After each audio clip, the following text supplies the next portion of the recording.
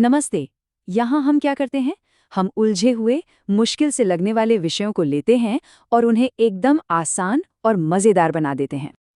कभी-कभी ऐसा नहीं लगता कि जब हम किसी चीज़ के बारे में जानने की कोशिश करते हैं, तो हम एक ऐसी भूल-भुलैया में खो जाते हैं, जहाँ से निकलना मुश्किल हो?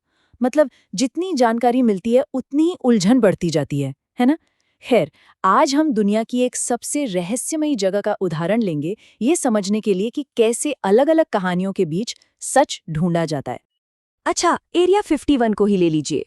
कुछ लोग मानते हैं कि ये टॉप सीक्रेट मिलिट्री बेस है जहां U-2 जैसे जासूसी विमान बनाए और टेस्ट किए गए थे।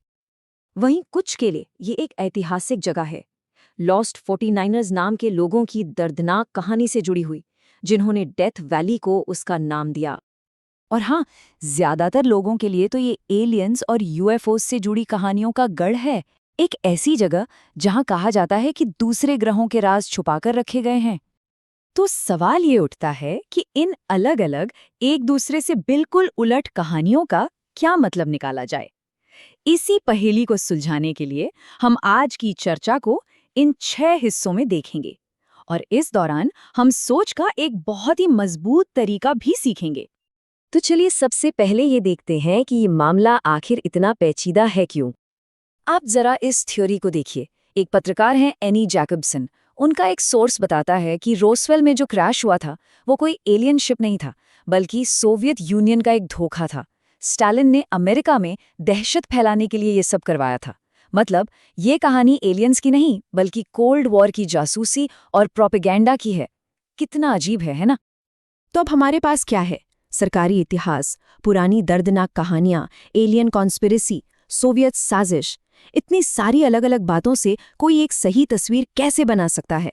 असली मुश्किल जानकारी ढूंढना नहीं, बल्कि ये समझना है कि इस जानकारी का करें क्या। और यहीं पर हमें एक सिस्टम की, एक तरीके की जरूरत पड़ती है। एक ऐसा तरीका जो इस तरह की उलझी हुई एक दूसरे से बिल्कुल अलग जानकारी को समझने में हमारी मदद कर सके। और उस तरीके का नाम है सिंथेसिस, यानी संश्लेषण। इसका सीधा सा मतलब है अलग अलग जगहों से मिली जानकारी को एक साथ लाना, उन्हें जोड़कर एक बड़ी पूरी तस्वीर बनाना, ताकि हमें गहरी समझ मिल सके और हम बिखरी हुई जानकारी को काम के ज्ञान में बदल सकें। अच्छा, तो इसे करते कैसे हैं? इस पूरी प्रक्रिया को हम 3 आसान स्टेप्स में समझ सकते हैं। पहला, सारी जानकारी को इकट्ठा करो। दूसरा, उसमें पैटर्न, कनेक्शंस और विरोधाभास ढूंढो। और तीसरा, इन सबको मिलाकर एक लॉजिकल रिपोर्ट बनाओ।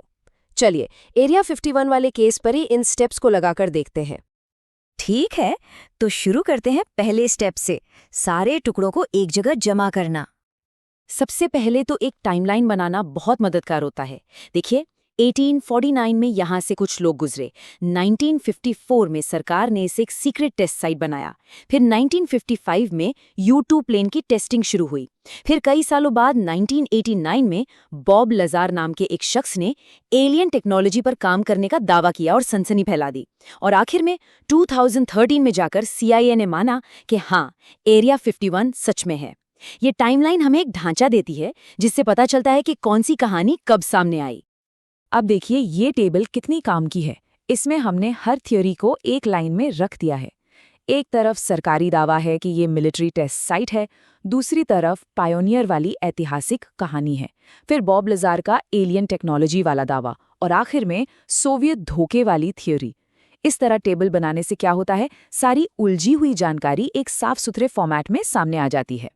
तो अब जब हमने जानकारी को ऑर्गेनाइज कर लिया है, तो आते हैं दूसरे और सबसे जरूरी स्टेप पर, पैटर्न ढूंढना। यहाँ एक बहुत जरूरी बात समझनी है। एक होता है क्या मिला और दूसरा होता है इसका मतलब क्या है। क्या मिला यानी कच्चा डेटा, जैसे कि बॉब लजार ने ये दावा किया, और इसका मतलब क्या है यानी हमारी समझ, हमारा विश्लेषण। इन दोनों को अलग अलग रखना बहुत जरूरी है। और जब हम ऐसा करते हैं तो कुछ दिलचस्प पैटर्न उभर कर सामने आते हैं। देखिए, चाहे कहानी कोई भी हो, सरकारी एलियन वाली या सोवियत वाली, एक चीज सब में कॉमन है, बहुत ज्यादा गोपनीयता। एक और कॉमन चीज है अनएक्सप्लेन टेक्नोलॉजी और सरकारी डिसइंफॉर्मेशन। ये वो धागे हैं जो इन सारी अलग अलग कहानियों को कहीं न कहीं जोड़ते हैं। ठीक है, तो हमने डेटा इकट्ठा कर लिया, पैटर्न भी ढूंढ लिए। अब आता है आखिरी स्टेप, इन सब को मिलाकर एक पूरी तस्वीर बनाना, यानी एक रिपोर्ट तैयार करना। और सिंथेसिस का मकसद ये साबित करना नहीं है कि कौन सी कहानी सही है और कौन सी गलत। नहीं, इसका असली मकसद है एक ऐसी रिपोर्ट तैयार करना जिसमें सारी कहानियां, सारे नजरिए शामिल हों, ताकि मामले की पूरी जटिलता समझ में आए। मतलब एक अच्छी रिपोर्ट वो है जो हर दावे को सामने रखे और ये भी बताए कि ये दावे कहाँ एक दूसरे से मिलते हैं, कहाँ टकराते हैं और इनमें कॉमन क्या है। इससे पढ़ने वाले को सिर्फ एक टुकड़ा नहीं बल्कि पूरी तस्वीर दिखती है। और ये जो तरीका है उलझन से सुलझन तक पहुंचने का, ये सिर्फ किसी केस स्टडी को समझने के लिए नहीं है। इसकी अहमियत हमारी असल जिंदगी में बहुत ज़्यादा है।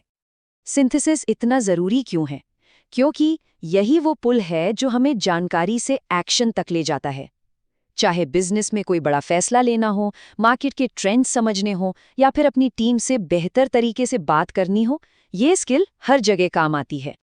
तो बात यह है कि मकसद हमेशा किसी एक सच्ची कहानी को ढूंढना नहीं होता, बल्कि सबूतों के आधार पर किसी मुश्किल सच्चाई की सबसे भरोसेमंद समझ बनाना होता है।